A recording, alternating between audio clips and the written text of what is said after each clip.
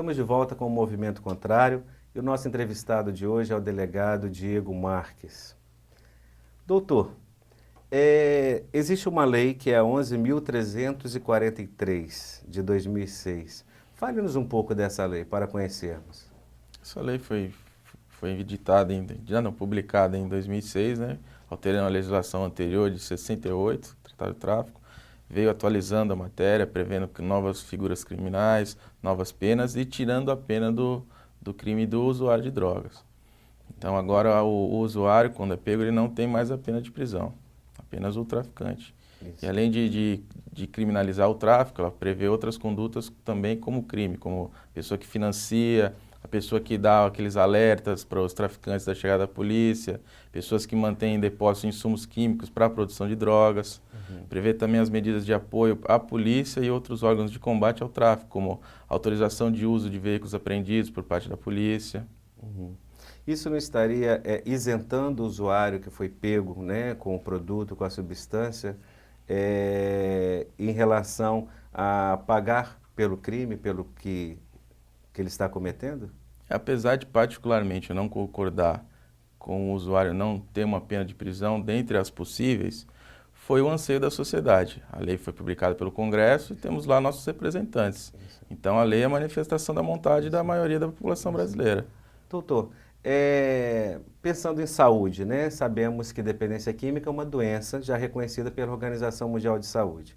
Mas antes desse reconhecimento, a droga e o dependente químico, né, o usuário de drogas, ele sempre foi tratado, né, como pela justiça, apenas pela justiça, né, como criminoso que está cometendo delito, em decorrência até das consequências dos seus comportamentos. E parece que a saúde ela vem também para favorecer o tratamento, né, desse dependente químico. Então a introdução dessa lei não é uma forma de passar para a saúde, né, o sistema de saúde do nosso Brasil, os cuidados desse dependente químico? Eu vejo da seguinte maneira, o problema é multidisciplinar, não é só uma questão de saúde, nem só de polícia. Então atinge várias esferas de poder que tem que se angariar e tratar do tema.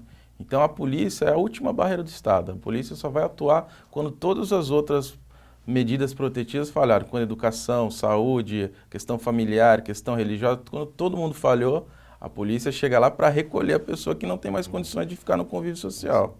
Mas o dependente químico que está aprontando, né, que está cometendo delitos e ainda não foi pego pela polícia, que não criou uma motivação para se tratar, para buscar uma ajuda, né, no nosso sistema de saúde, muitas vezes ele precisa, de repente, desse limite da polícia, né, e de repente apreendê-lo, deixá-lo preso, não é uma forma também de criar nele esse registro de limite para que daí ele possa pensar e repensar o seu estado e criar uma motivação para ir ser tratado?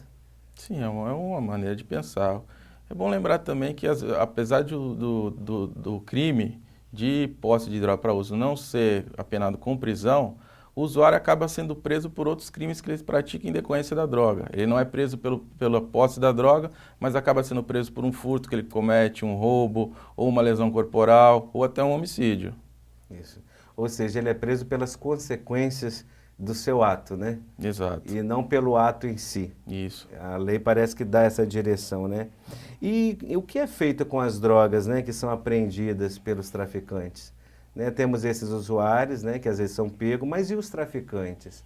Né? O que é feito com os produtos, né, e com as drogas que eles têm quando eles são pegos? A gente pode separar em duas etapas, né? Primeiro da droga e dos materiais apreendidos. Exatamente. A droga, primeiro ela é apreendida pela polícia, imediatamente ela é encaminhada para o laboratório de toxicologia para ser comprovado que aquilo realmente era droga. Quando ela retorna com o laudo é encaminhado para a justiça, o juiz recebe junto o laudo nos autos e autoriza a incineração das drogas. Encaminha essa autorização para a polícia faz a incineração e encaminha a notificação dessa incineração para a justiça. Em relação aos bens apreendidos, ao final do processo, o juiz determina o perdimento desses bens ao Fundo Nacional de Combate às Drogas, que promove um leilão desses bens, carros, aparelhos eletrônicos, imóveis, E o valor levantado com esse leilão é encaminhado para o combate ao tráfico e para os usuários também, combate aos usuários de drogas. Isso. Esse combate ao uso das drogas estaria inserido aí as instituições de apoio, as instituições filantrópicas também para receber esses recursos através desse leilão? Também, qualquer órgão ou entidade que esteja interessado no combate ao tráfico e na ajuda aos dependentes, pode procurar esse Fundo Nacional Antidrogas através da Secretaria Nacional Antidrogas e pode ser firmado convênios ou outros instrumentos através dos quais elas recebem apoio. Mas para isso a instituição ela deve estar bem estabelecida, com uma boa infraestrutura, com corpo técnico de trabalho, né, que esteja dentro dos parâmetros da Anvisa, né? Exato, a estrutura, não, desculpa, o órgão incumbido de ajudar esses usuários de drogas tem que respeitar certos limites e pré-requisitos. Mas não fica uma angústia para a gente, doutor Diego, que essas instituições, claro que elas querem melhorar na qualidade, mas as filantrópicas, no caso, né? E para melhorar, elas precisam de dinheiro.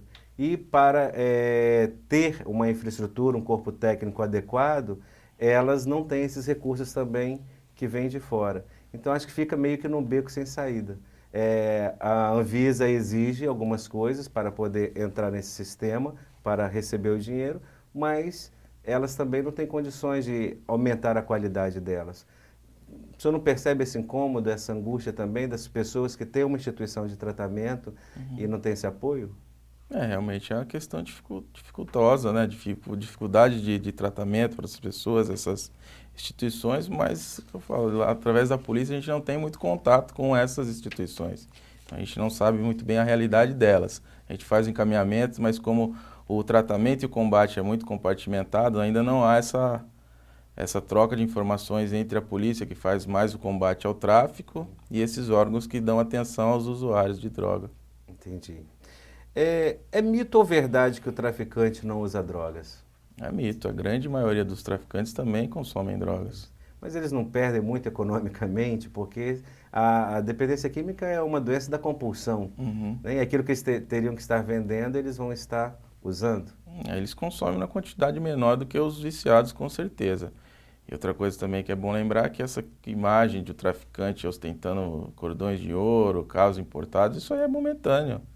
Pode até acontecer com poucos, como por exemplo um jogador de futebol. Muitos garotos têm a imagem que todo jogador de futebol é milionário, só que só uma parcela pequena consegue atingir o sucesso. Traficante, a mesma coisa. Todos entram no tráfico achando que da noite para o dia vão ficar milionários. Uma parcela pequena consegue atingir uma condição social um pouco melhor, só que dura muito pouco tempo. Todos esses bens adquiridos, essas grandes quantias em dinheiro são apreendidos pela polícia, ou ele gasta pagando advogados. Quando o senhor diz isso, me vem muito à memória situações de crianças que hoje são usadas por traficantes, né? Para ser o aviãozinho, para vender drogas para eles. E como são crianças e adolescentes, elas também entram nesse mundo de ilusão achando que vão ganhar muito dinheiro, que vão ter muito dinheiro. A dificuldade é dupla nesse caso. A gente tem a dificuldade da criança, do adolescente que quer um glamour, ou quer alguma coisa para se destacar no seu meio social, e a vontade dos traficantes de usar essas crianças, porque outra brecha na legislação também é que esses adolescentes, quando apreendidos, permanecem no máximo 45 dias. Depois de 45 dias, são obrigatoriamente postos em liberdade. Mas isso não é um déficit na lei? Também, que eu falei, como é uma brecha na lei também, né? E, bem, se é somente 45 dias, o que é feito com essas crianças posteriormente a esse tempo? Ela é posta em liberdade e depois, no final, o juiz prevê alguma medida em relação a ela que não é prisão. Sim, mas elas ficaram 45 dias e continuaram na ilusão de que vendendo as drogas, elas serão como esses megas traficantes, né? Esses grandes traficantes, e terão dinheiro fácil e bens fácil, né? Ou seja, elas estarão ainda com esse registro direcionado nesse caminho.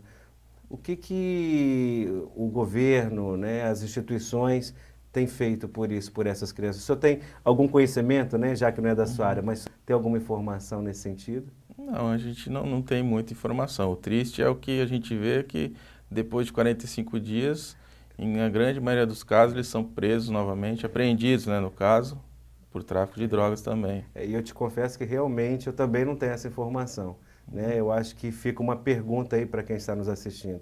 o que é feito com essas crianças, né? O que nós adultos e profissionais da área devemos estar reivindicando, né, dos nossos governantes a respeito dessas crianças. Mas vamos para um rápido intervalo nesse tema tão importante, que é drogas e questões policiais, tá? E eu volto já já.